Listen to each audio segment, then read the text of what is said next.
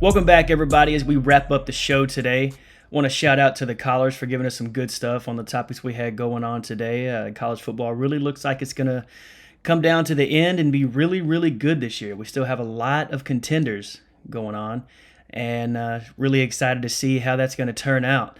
I want to thank our NFL fantasy insider, David Vanderpool, for stopping by and giving us some nuggets for the weekend. You guys make sure to take a look at those and see if you can win some money. And, we're going to close out the show today with one of my favorite segments, simply called Last Call. And this is what I want to touch on with that. This weekend, Georgia played Ole Miss. Georgia beat Ole Miss pretty handedly. Most people thought that was going to be a pretty close game. It really surprised me. Georgia really looked like the complete team this weekend, and they really, really looked good. I'm excited to see where they go. But that's not where I want to focus on today. Our last call segment is going to be focused on Brock Bowers. Most of you know he suffered an injury about a month ago, had surgery on his leg, on his ankle. It's called the tightrope surgery, and came back 26 days later.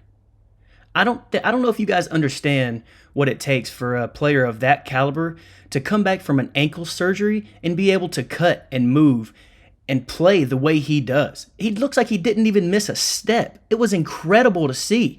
The fastest that anyone had ever come back from this surgery was 27 days. And Brock was like, you know what? Hold my beer. I'm going to come back one day sooner. It just so happened that he beat an Alabama player, which, imagine that, is the team that they play in the SEC championship. So maybe they're already competing. I don't know. It's just the way that this guy is able to do the things that he does, I just don't understand it. To go even more into this situation is something that we've all talked about as sports fans and we've all looked at.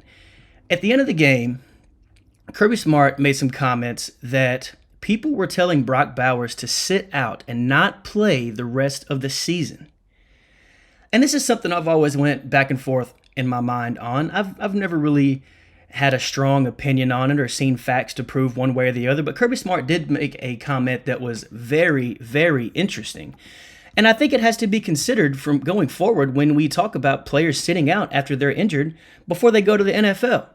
He was asked, was Brock Bowers questioned on if he should come back and if he should play and risk going to the NFL? And Kirby Smart, basically, I'm going to quote him, actually. This is from UGAsports.com. Kirby Smart says, he's not risking millions, guys. He got the opportunity to get more millions. And when he said that, it just blew my mind. I never thought about that before. All of these guys and all of these NFL or these college players will get injured and sit out and not risk their chance in the NFL or getting paid in the NFL. But really, the NFL already knows these guys are good. There's a reason these guys are All-Americans in the first place. It's a reason these guys are high up on the NFL draft boards to start. So sitting out after you're injured really doesn't do anything for you. In fact, if I'm an NFL GM and I see you sitting out after you're injured, that actually, now that I think about it, it's going to put some doubt in my head that maybe you're not ready for the NFL. Maybe you're not brave enough. Maybe you're not the warrior you thought you were, and you can come back after an injury and play with your brothers on the field. Brock Bowers did exactly that. He showed that nothing was going to stop him from being out on the field. He showed that he's a hard worker. He showed that he's going to be worth a top 10 pick because you're going to get your value out of him. And I think that's something that we need to consider. These agents then friends that called Brock Bowers to tell him not to play, he was even stated that these people are not going to represent me when it's my time to get drafted. And I don't blame him. I mean, he looked at it the way that he's supposed to. I think the guy had some nuggets, if I can speak PG rated there, to get out there and actually do the things that he did, show that he's a competitor and a warrior, and basically be the bionic man and go out there on a repaired ankle 3 weeks later.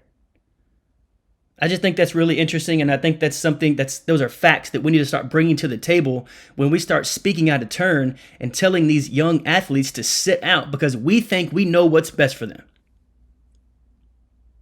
So that's my last call for today. I don't know if I changed your facts on that or how you think about that or not, but it's really something that has changed my mind. And I mean, Kirby Smart was just spitting facts right there, and we got to respect that.